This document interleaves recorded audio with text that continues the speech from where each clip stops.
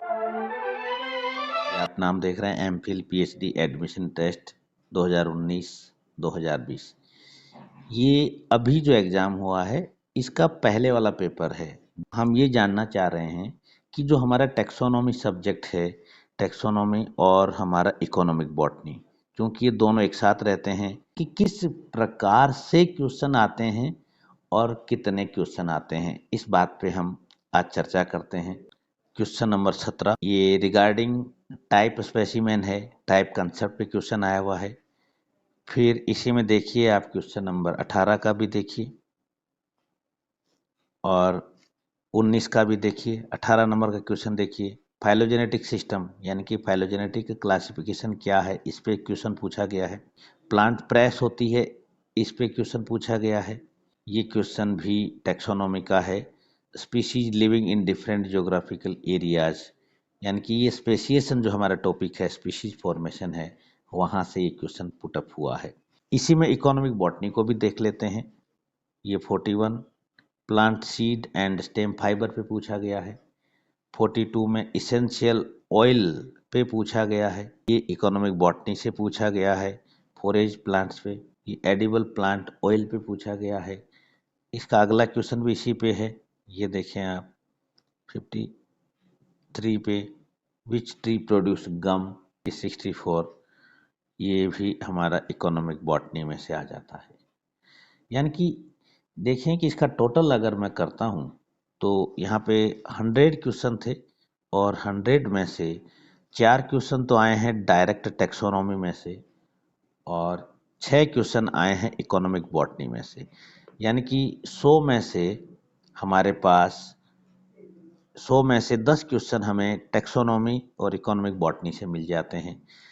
और इम्पोर्टेंट क्या है, इम्पोर्टेंट ये है कि टैक्सोनॉमी को एक अलग सब्जेक्ट मान के छोड़ दिया जाता है और इकोनॉमिक बॉटनी को इजी समझ के छोड़ दिया जाता है। तो ये 10% स्टैक आपका कवर कर रही है और 10% में आपको मालूम है कि आपका रिजल्ट कहाँ से कहाँ पहुँच जाता है। ये पेपर इस साल का है, अभी जो एग्ज़ाम हुआ है इसका पेपर है ये। इसमें हम देखेंगे टैक्सोनॉमी के क्वेश्चन। क्वेश्चन नंबर 6, ये क्या पूछ रहे हैं, हर्बेरियम लेबल का साइज पूछ रहे हैं।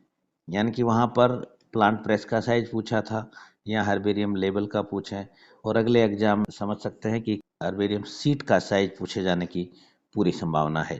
The systematic arrangement of taxa, ये टैक्सोनॉमी का डायरेक्ट क्वेश्चन है। क्वेश्चन नंबर 14 पे, ये भी टैक्सोनॉमी का क्वेश्चन है। Which era is known as age of angiosperm, यानी कि 3 क्वेश्चन आपको शुद्ध रूप से टैक्सोनॉमी के मिल रहे हैं। और इसी में मैं इकोनॉमिक बॉटनी को भी जोड़ता हूँ तो आपको पता चलेगा कि कितने इम्पोर्टेंट सब्जेक्ट हैं, कि इनको कितनी सीरियसनेस की आवश्यकता है। फाइबर पे क्वेश्चन है, पिछले भी फाइबर पे क्वेश्चन था, इसका मतलब है कि फाइबर पे क्वेश्चन आपको आना चाहिए। और फिर अगेन ये इंडिगो एंड टर्मरिक फार्मिंग, ये भी इकोनॉमिक बॉटनी का क्वेश्चन है। स्ट्रकुलिया, ये भी इकोनॉमिक बॉटनी का क्वेश्चन है। ये देखिए 58 का क्वेश्चन।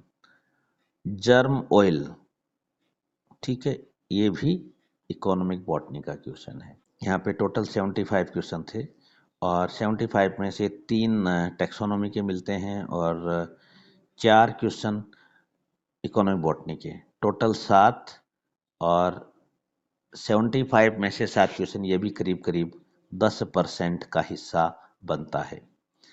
अब इस वीडियो का जो मकसद है उस पे ये कि जिस प्रकार से एक कुछ टॉपिक्स हैं वो निकल के आ रहे हैं सामने एमपेट के एग्ज़ाम में, उसी प्रकार से आप जो भी आपका एग्ज़ाम है वो आपका आरपीएससी असिस्टेंट प्रोफेसर का हो सकता है या स्कूल लेक्चरर का हो सकता है।